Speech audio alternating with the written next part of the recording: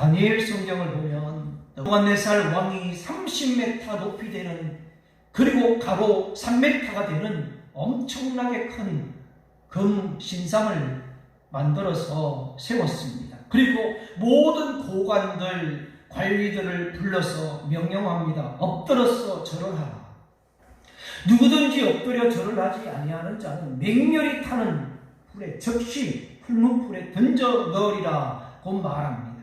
여러분, 이 말을 들었을 때에 사람들은 어떠했을까? 7절 한번 읽어보겠습니다. 모든 백성과 나라들과 각 언어를 말하는 자들이 나팔과 피리와 수금과 산울음과 양음과 모든 악기 소리를 듣자 곧 느부갓네살 왕이 세운 금신상에게 엎드려 절하리라.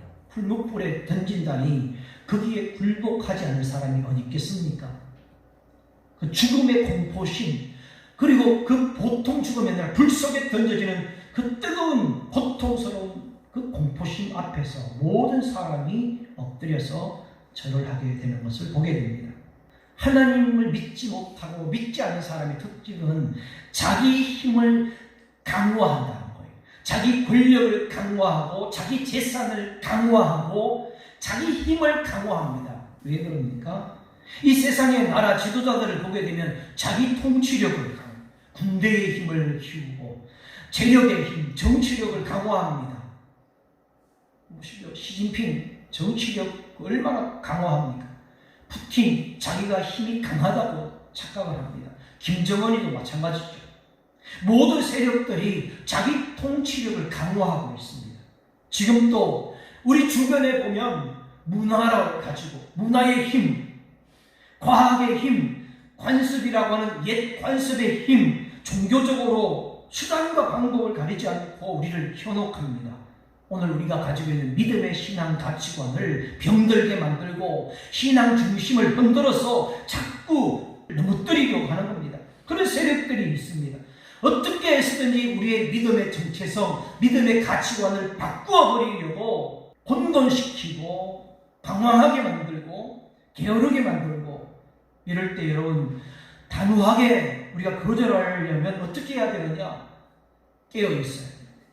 믿음을 지켜야 되는 겁니다. 이때 단호하게 믿음에 저항을 했던 세 친구가 있었는데 다니엘의 세 친구입니다. 왕이 세운 금신상에 절을 하지 않으면 풀무불에 던져진다는 걸 알았지만 세 친구는 절을 하지 않습니다. 이 사실을 알고 왕은 세 친구를 끌고 오라고 합니다. 끌고 왔습니다. 그리고 왕이 이렇게 말합니다. 너희들은 절을 하지 않았다고 하는데 사실이냐? 이제 절을 하라. 협박하고 회유합니다. 그렇지만 이 세 친구는 즉시 저 풀무불에 던져 넣는다 할지라도 절을 하지 않겠습니다.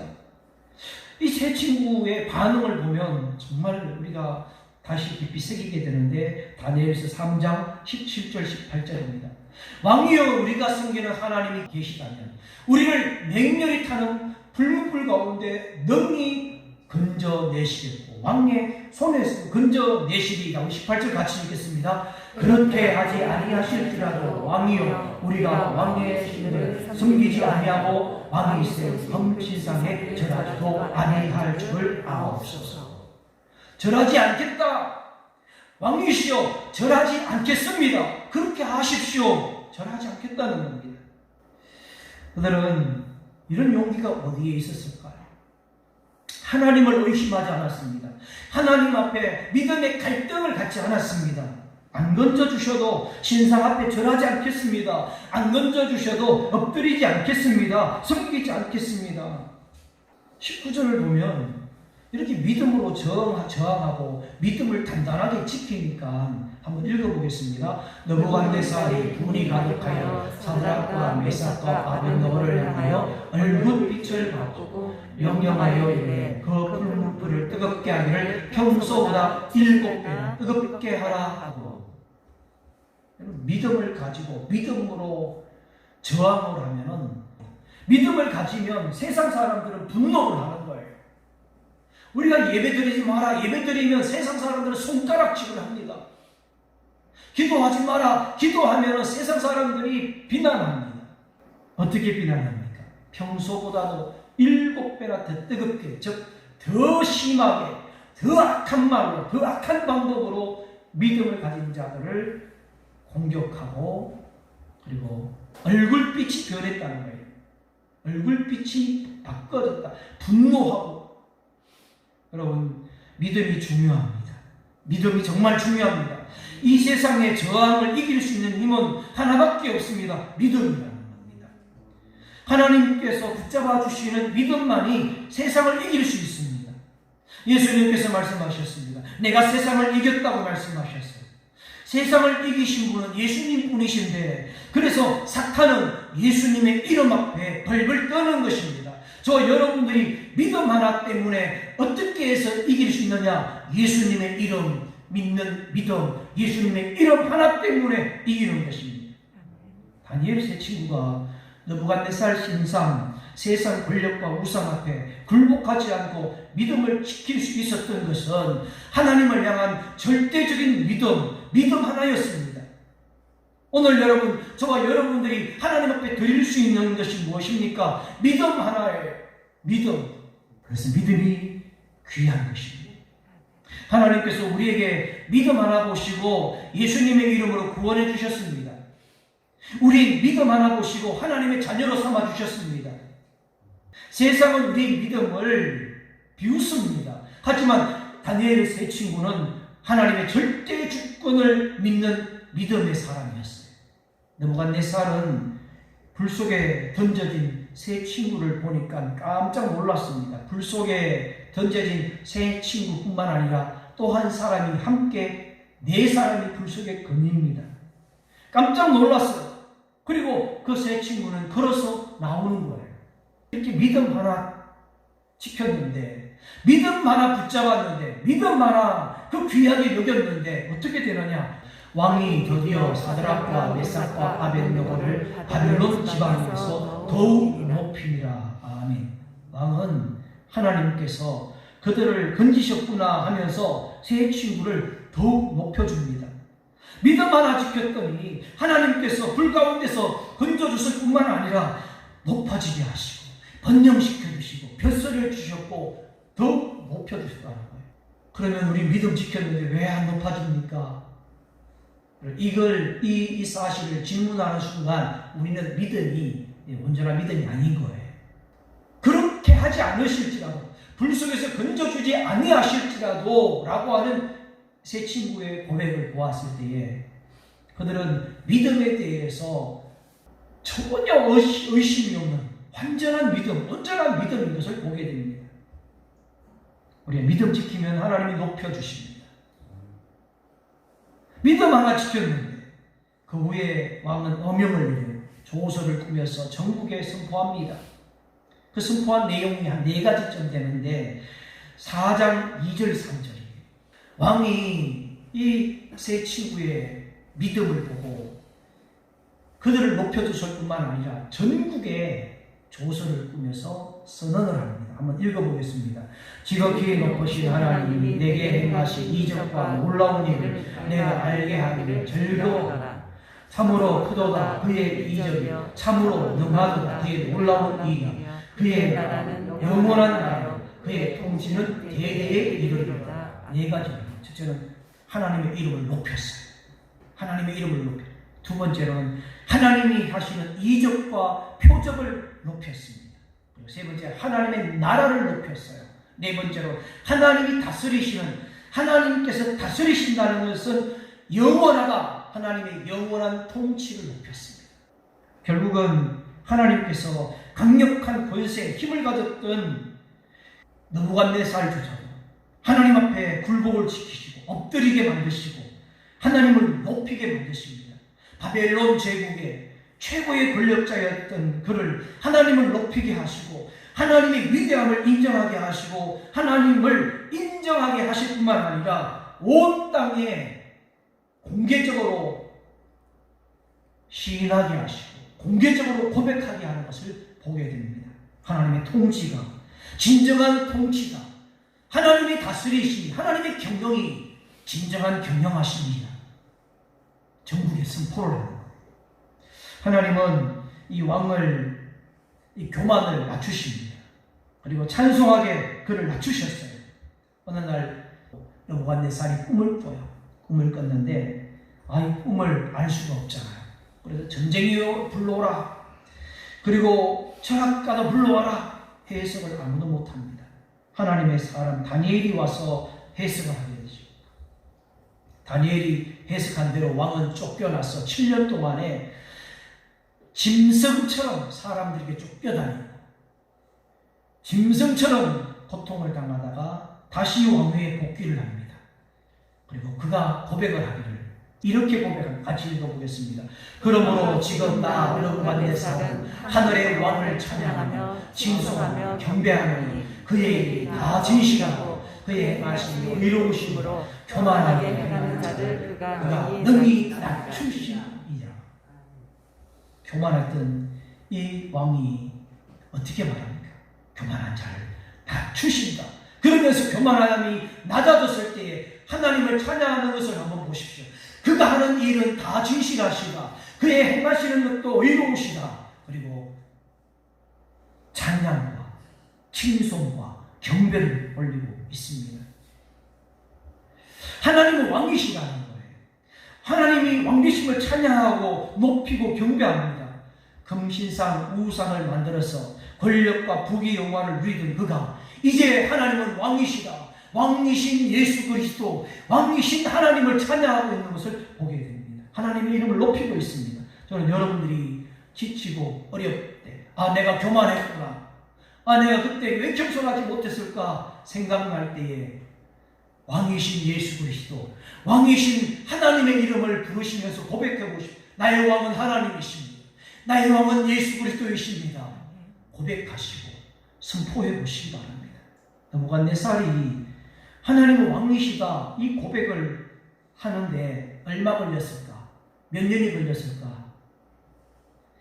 그렇게 이 느부갓네살이 꿈을 꾸고 다니엘에게부터 지혜의 말씀을, 하나님의 말씀을 듣고 하나님의 말씀을 들었는데도 하나님은 왕이시다 하며 찬양하고 경배하는 데는 30년이 걸렸습니다. 30년. 저는 여러분 이 말씀을 생각하면서 저는 여러분들에게 물어봅니다.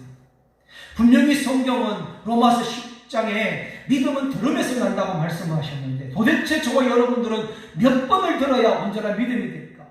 몇 년을 들어야, 우리 자녀들이 몇 년을 하나님의 말씀을 들어야 유일하신 예수 그리스도, 왕되신 예수 그리스도를 믿게 될까? 우리는 깊이 생각하게 됩니다. 그러면 여러분, 저와 여러분 도대체 믿음을 몇 년을, 몇 번을 들어야 할까요? 포기하지 않고 하나님의 말씀을 끊임없이 사모하시고 들을 수 있길 바랍니다. 우리 자녀들에게 하나님의 말씀을 계속 들려주실 수 있길 바랍니다. 우리가 어디 가서 뜨겁게 찬양하고 부르짖고 기도하면 개인의 신앙은 도움이 되지만 우리 믿지 않는 가족들에게는 사실은 도움이 안 됩니다. 우리 자녀들, 믿지 않는 자녀들에게 어떻게 하면 도움이 되느냐? 앞에서, 자녀들 앞에서, 가족들 앞에서 예수 그리스도의 이름으로 이야기하고 예수 그리스도의 이름으로 받은 은혜를 이야기해주고 계속 말씀을 이야기하고 성경의 이야기를 해주고, 말씀을 들으면 10번, 20번, 1년, 2년, 3년, 10년 느부갓네살은 30년 듣고서야 왕이신 하나님을 찬양하는 것을 보게 됩니다. 저와 여러분 인내를 가지고 끝까지 기도할 때에 하나님은 반드시 저와 여러분의 가족들을 주님께로 인도하시고 왕되신 예수 그리스도 앞에 찬양과 경배를 드릴 수 있는 귀한 영혼들로 변화될 줄 믿습니다. 이제 느부갓네살도 이제 세월이 지나서 죽습니다. 그 다음에 벨사살이라고 하는 아들이 왕이 되었어요. 그런데 이 벨사살, 이 왕은 참 알면서도 죄를 짓는 사람이었어요. 자기 뜻대로 막 행합니다.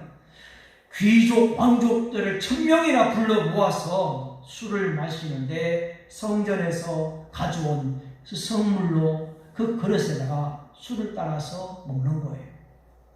5장을 볼까요? 5장 5절 6절. 그때 사람의 술 품하시는데 성전에 있는 그릇으로 술을 마셨다는 것은 무슨 뜻이냐? 하나님을 조롱하고 하나님을 비웃고 향락에 빠져서 사는 그때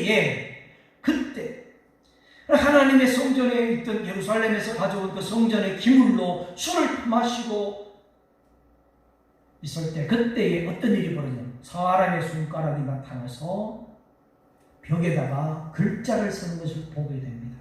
깜짝 놀랐습니다. 얼굴이 창백해졌어요. 6절 한번 볼까요? 이에 마귀의 절기는 얼굴 빛이 변하고 그 생각이 분민의 벽적다리 녹는 듯하고 그의 무릎이 서로 부딪히죠. 뭐냐면 얼마나 깜짝 놀랐는지 얼굴이 창백해지고 그리고 얼마나 떨었는지 두려웠는지 무릎이 서로 부딪혔다는 거예요. 덜덜덜 떨었다는 겁니다.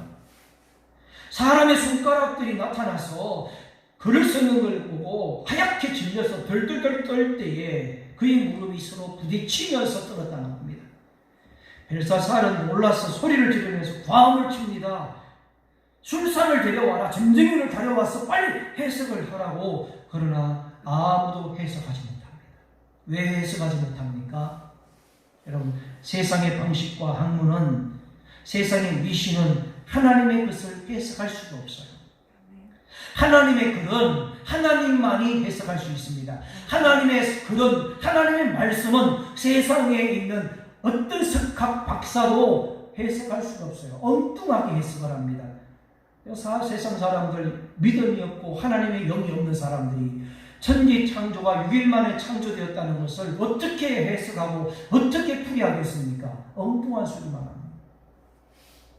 예수님이 죽으시고 3일 만에 부활하신 사건을 그들은 어떻게 해석을 합니까? 엉뚱하게 해석합니다. 성경 하나님의 말씀은 세상의 석박사들 뿐만 아니라 점쟁이, 주술가, 무당 그 어떤 주술가도 성경을 해석하지 못합니다. 하나님의 말씀은 하나님의 사람이 성령이 함께하는 사람만이 해석할 수 있습니다. 다니엘이 그때 나이가 80세쯤 됐어요. 할아버지쯤 되셔요. 그때 다니엘이 이제 벨사살 왕에게 그러죠. 회개하고 겸손하게 낮아져라. 내 부친 느부갓네살도 그랬다 하면서 느부갓네살 그의 아버지 이야기를 쭉 해줍니다. 너가 아버지가 교만하게 하다가 7년 동안 쫓겨갖고 짐승처럼 살다가 나중에 낮아져서 다시 왕위에 올라왔을 때 하나님을 찬양했는데 너 그거 알면서도 지금 교만하게 그렇게 죄를 범하고 있느냐 하면서 5장 22절 23절 말씀 그 내용이 벨살살이요 하면서 다니엘이 지금 너 다 알고 이것을 다 알고도 아직도 마음을 낮추지 않고 있습니까? 그리고 하나님의 성전에 있는 그릇을 가지고 후궁들과 왕후들 데리고 귀족들 데리고 그것으로 술을 마시고 있습니까? 그리고 신상을 알지도 못하는 나무, 돌, 은금으로 만든 신상을 만들어서 그걸 높이고 찬양하고 있습니까? 모든 길을 작정하신 하나님께 영광을 돌리지 않고 있습니까? 이 요약하면 이래요. 스스로 교만에 빠져서 하나님보다 자신을 높이고 있지 않습니까? 하나님을 무시하고 우상을 찬양하면서 선물로 술을 마시고 있지 않습니까? 도덕적으로 완악하고 독재적이고 향락에 빠지고 성문란에 죄를 빠지고 회개하는 거예요. 벨사살이 본 글씨 내용은 넌 이제 끝났다. 넌 이제 끝났다. 내가 너를 달아보니 이제 너는 나뉘어질 거다. 너는 이제 멸망당할 것이다. 이 해석을 다니엘이 해주죠. 회개하라고 말합니다. 저는 이 말씀을 보면서 깨닫습니다. 하나님은 다 아십니다. 하나님은 저와 여러분들이 어떤 삶을 사는지 다 아십니다. 다 아시고 하나님은 우리를 달아보신다. 그 달아보심으로 우리로 하여금 영원한 생명으로 인도하실지 아니면 끝나버리게 하실지 하나님은 다 아십니다. 사무엘상 2장 3절을 한번 읽어보겠습니다. 심히 교만한 말을 다시 하지 말 것이며 오만한 말을 너희 입에서 내지 말 것이다. 여호와는 지식의 하나님이시라 행동을 달아보시는 하나님은 지식의 하나님 다 아신다는 거예요. 하나님은 다 아시고 오늘 우리를 행동을 달아보시고 우리가 하는 말, 언어를 달아보시고 우리의 생각도 달아보시면서 달아보셔서 그날 밤에 벨사살 왕이 죽임을 당합니다. 이제 다리오가 왕이 돼요.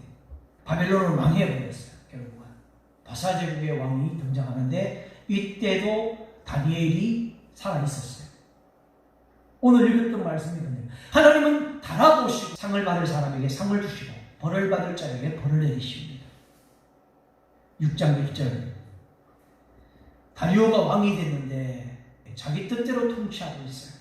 이때 다니엘은 바사제국의 총리가 돼요. 총리. 3명의 총리가 있었는데 그 중에서 가장 뛰어난 총리인데 3절 볼까요? 다니엘은 마음이 민첩하여 총리들과 고관들을 위해 뛰어남으로 왕위들을 세워 전국을 다스리게 하고자 한지라. 다리오 왕이 보니까 다니엘이 뛰어나고 민첩하다는 것을 알고 수석 총리로 세우려고 합니다. 그런데 사실 다니엘이 민첩하고 뛰어난 것은 하나님께서 지혜를 주시고 하나님께서 실력을 주셨기 때문에 뛰어나고 민첩한 겁니다. 하나님께서 주셨어요. 우리 다니엘서 1장 17절 말씀 반복하지만 여러분 꼭 다시 새겨보세요. 하나님께서 다니엘에게 학문을 깨닫는 지혜도 주시고 지식도 주시고 온갖 환상을 풀이하는 능력도 주셨다고 했습니다. 다니엘이 겸손하게 지금 노년이 되고 총리까지 자리까지 있었던 그동안 수많은 세력들 앞에서 수많은 강력한 권력 앞에서 하나님을 믿는 믿음 하나를 지켰고 그 세력 앞에서 끝까지 지켰습니다. 벨사살이 끝날 때, 다 끝날 때도 다니엘은 끝나지 않았습니다. 미국도 끝납니다. 여러분 한국도 회개하지 않고 교만에 빠지고 하나님을 무시하고 망하는 길로 가는 겁니다. 그러나 다 끝난다 할지라도 믿음 하나 지키는 사람, 그 믿음 하나 보시고 하나님은 다니엘처럼 보호해 주시고 지켜주시고 함께 하신다는 겁니다. 믿음이 좋고 뛰어나다 보면은 사람들로부터 시기 질투를 받습니다.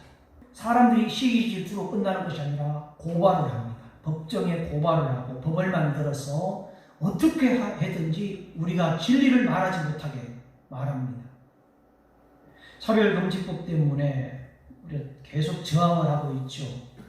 정말 성정 죄성을 잃어버리고 혼돈을 가지고 있는 양성애자들 또 동성애자들 보면은 불쌍하게 여기고 하나님의 사랑과 하나님의 은혜가 있는 그들도 온전히 회복이 되고 고침을 받습니다. 실제로 회복되고 고침받고 돌이키는 많은 사람들이 간증을 하고 있습니다. 그들을 우리가 미워하거나 그들을 우리가 정죄하는 것은 아닙니다. 그러나 법이라는 것은 강력한 힘을 가지고 있기에 다니엘을 시기하고 질투하던 사람들이 고관들이 총리들이 법을 만들어서 어떻게든지 올무를 만들어서 다니엘을 고발하고 또 다니엘의 허물을 찾아보고 아무 허물을 찾지 못합니다. 고발할 근거를 찾지. 4절 한번 읽어보겠습니다. 총리들과 고관들이 국사에 대하여 다니엘을 고발할 근거를 찾고자 하였으나 아무 근거 아무 것도 찾지 못하였으니 이는 그가 충성되어 아무 그릇됨도 없고 아무 허물도 없으니라. 이 말은 다른 말로 다니엘은 수십 년 동안에 고위관직에 있었지만은 서로도 먼지 하나 나지 않았다는 뜻입니다. 직권 남용하지 않았습니다. 부정부패 스캔들이 없었습니다. 유세도 부리지 않았습니다. 그래서 다른 통치들, 고관들이 다니엘을 치려고 만장일치로 결의하고 왕을 찾아가서 압박을 하는데 다리오 왕 외에는 어떤 신에게도 기도하거나 어떤 사람에게도 요청을 하면은 사자굴에 던져넣는 법령을 30일 동안 거행합시다 해서 왕을 압박해서 법령을 만들었어요.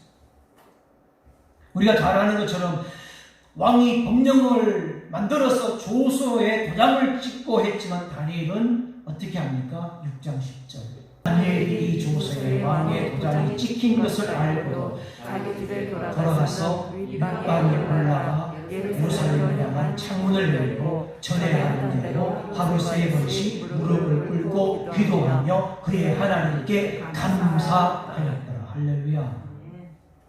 여러분 이 기도의 고백, 말씀의 내용이 깊이 새겨지고 이 말씀이 저와 여러분에게 주신 주의 음성이 되기를 축복합니다. 다니엘은 기도하면은 어떻게 될지 알았다는 거예요. 알고도 사자굴에 던져진다는 사실도 알았어요. 죽임을 당하는 것을 알았습니다. 알면서도 기도를 했습니다. 다니엘의 기도는 목숨이 달린 기도였어요. 다니엘이 하는 기도는 죽음을 걸고하는 기도였어요. 기도를 포기하지 않았어요. 기도는 선택이 아니었습니다. 해도 되고 안 해도 되고 30일 잠깐 멈춰도 되고 그 후에 해도 되고가 아닙니다. 기도는 우리가 습관처럼 하나님께 엎드릴 수 있어야 합니다. 저는 여러분들의 골방에, 가정에 있는 골방, 사업장에 있는 골방에서 하나님 앞에 무릎 꿇고 감사 기도하면서 시작할 수 있기를 축복합니다. 하루하루 매일매일 하나님께 감사하였더라. 그날 하루를 시작하면서 하나님 감사합니다. 그리할지라도 감사합니다.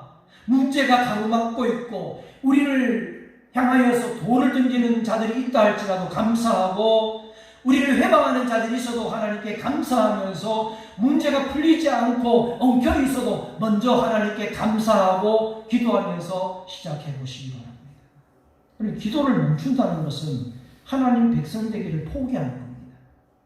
다니엘이 왜 기도를 멈추지 않았습니까? 목숨이 걸린 문제였습니다. 그런데 기도를 포기하는 순간에는 세상의 포로가 된다는 것을 알았기 때문에 그래서 기도를 멈출 수가 없습니다. 여러분들이 쫓아다니면서 온몸을 다해서 해보십시오. 엄마가요. 온몸을 다해서 가서 한번 해보세요. 감당할 수 없습니다. 여러분 몸은 하나이기 때문에 그 수만 가지 일들을 쫓아다니면서 어떻게 우리의 몸이 감당합니까? 우리의 몸은 연약하지만은 사자굴에 던져져서 찢어지고 사자의 밥이 될 만큼 연약하지만 우리는 하나님 앞에 기도합니다. 왜냐하면 기도할 때에 하나님이 일하시고 기도할 때에 수만 가지 일도 하나님이 함께 하시기 때문에 그 일들이 응답되고 하나님이 풀어주시는 겁니다. 기도를 멈춘다는 것은 세상의 포로가 된다는 내용입니다. 23절 말씀에 보면 왕이 심히 기뻐서 다니엘에게 올라오라. 그들이 다니엘을 물에서 흘린적 그의 몸이 조금도 상하지 아니하여 이는 그가 자기의 하나님을 믿었다. 아멘. 믿음 하나.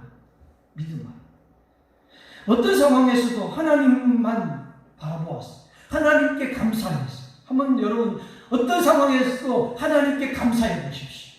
그것이 믿음이에요. 어떤 닥친 문제 앞에서도 가로막고 있는 현실 앞에서도 하나님께 감사하면서 무릎을 꿇어 보십시오. 그것이 진짜 신앙이 될 것입니다. 혹시 저와 여러분의 기도가 중단되어 있는 것은 아닙니까? 저와 여러분의 기도가 세상의 소원을 담아두고 있는 건 아닙니까? 세상의 소원이 이루어져야만이 감사한다고 생각하는 것은 아닙니까? 세상의 일이 풀려야만이 감사가 되는 것은 아닙니까? 그거 안 돼도 세상의 일이 안 풀리고 세상의 일이 잘 이루어지지 않아도 세상의 소원 없어도 믿음 하나 지킬 때에 하나님은 우리를 아시기에 우리는 그 믿음이 진짜 믿음인 것을 맛보아 알게 될 것입니다. 세상 사람들은 말합니다. 너 기도해봐라. 고발해볼 거야. 너 기도해봐. 너 예배 드려봐. 고발할 거야. 여러분 우리의 기도와 예배를 고발하는 세력을 사탄 마귀가 사람들 배후에서 조종하고 있는 겁니다. 하나님을 하나님이라고 예수님을 구세주라고 말하지 못할 때 우리 오늘 말씀을 우리가 기억해야 됩니다. 한번 마음을 다시 한번 새겨봅시다. 우리가 물러서려고 했던 순간, 타협하려고 했던 순간, 그 순간 우리는 참 부끄러웠어요. 우리의 믿음 왜 부끄러웠고 흔들렸을까? 우리가 기도하는 그 기도의 제목에 내 욕심을 이루려고 하는 세상의 소망이나 세상의 소원이 담겨져 있진 않았나? 내 일이 잘 풀려야만이 된다라고 하는 그 일에 집착하고만 있지 않았나? 내가 사방이 우겨쌈을 당하고 있는데 그 우겨쌈을 보면서 또 하나님을 보면서 이것이 온전한 믿음이라고 착각하진 않았나? 우겨쌈을 당해도 감사할 수 있고 안 풀리고 어려워도 감사할 수 있을 거예요. 온전한 믿음의 기쁨을 누리게 됩니다. 기도하겠습니다.